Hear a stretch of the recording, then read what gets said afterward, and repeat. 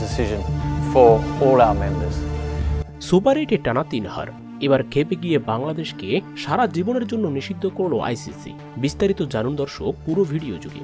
সমীকরণটা ছিল সহজ, 12.1 ওভারে করতে হবে 116 রান, তাহলেই মিলবে বিশ্বকাপের সেমিফাইনালের টিকিট। তাও না পারলে 20 ওভারে রানগুলো করলেই পাওয়া যাবে জয়ের স্বাদ।